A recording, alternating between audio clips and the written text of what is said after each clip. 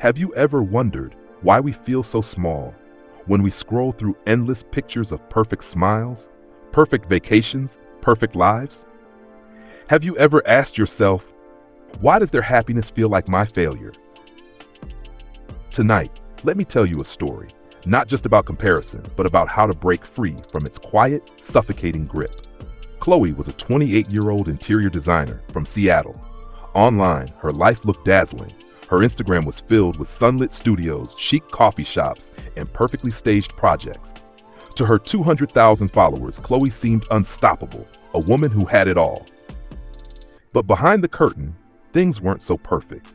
Every night after posting, Chloe scrolled endlessly through other designers' feeds.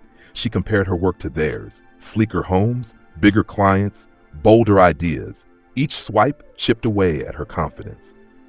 She whispered to herself, "I'm not enough." It wasn't just social media. Algorithms amplified her doubts, feeding her endless streams of better people. The more she watched, the more invisible she felt. And here's the hidden cost. While her audience saw a glowing star, Chloe saw a woman falling apart. Her friend David, a software engineer, once confronted her.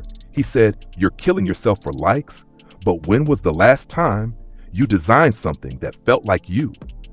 Chloe froze. She realized she couldn't remember.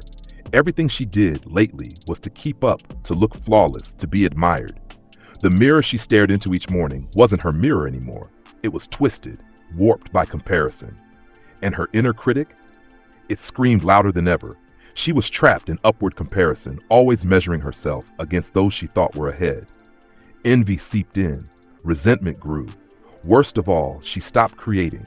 Her project stalled. Emails went unanswered. She procrastinated for weeks, terrified her work wouldn't measure up. This is what comparison does. It paralyzes us, convincing us that if we can't be perfect, we shouldn't even try. One night, overwhelmed, Chloe shut off her phone and sat in silence. For the first time in months, she opened her old sketchbook. She remembered why she started, her first drawing of a cozy kitchen nook, just for her parents. She cried softly. That moment was real. That was hers. Slowly, she began experimenting with practical steps. The first was interrupting comparative thoughts. Whenever she caught herself saying, "She's better than me," she added, "But I'm building my own path." Simple, but powerful. Next, she tried a digital detox. One weekend without scrolling. The silence was uncomfortable. Her fingers twitched toward her phone. But by Sunday, she felt lighter, freer. She realized how much noise she had been living inside.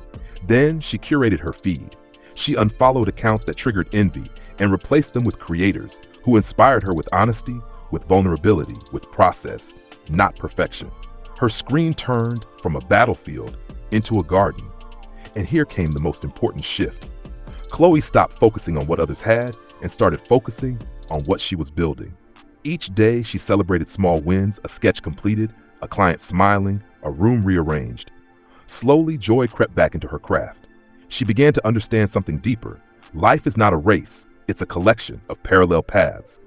Her friend Robert was a chef, Evelyn, a nurse. Their successes looked nothing like hers, yet they were valid, beautiful, meaningful. She didn't need to run their race. One evening, she closed her eyes and imagined her life as a garden. Every plant different, growing at its own pace, some blooming early, some late. She saw her garden, imperfect but alive. She whispered, "This is mine." From that night on, Chloe leaned into her strengths and even her vulnerabilities. She shared online about her struggles with comparison, her battles with doubt, and surprisingly, people responded, not with judgment, but with love. They wrote, "Thank you for being real." That authenticity, once her deepest fear, became her greatest strength. In time, Chloe discovered the joy of simply being herself. Relationships grew stronger. Her designs carried a warmth they never had before. She no longer worked for applause, but for the quiet fulfillment that came from creation itself. And maybe that's the greatest lesson of all. When you stop competing with someone else's highlight reel, you start living your own full story. Remember this, joy is not out there, it's already in you. Every day you have a choice to scroll or to create, to compare or to embrace, to envy or to celebrate. Choose joy today and every day.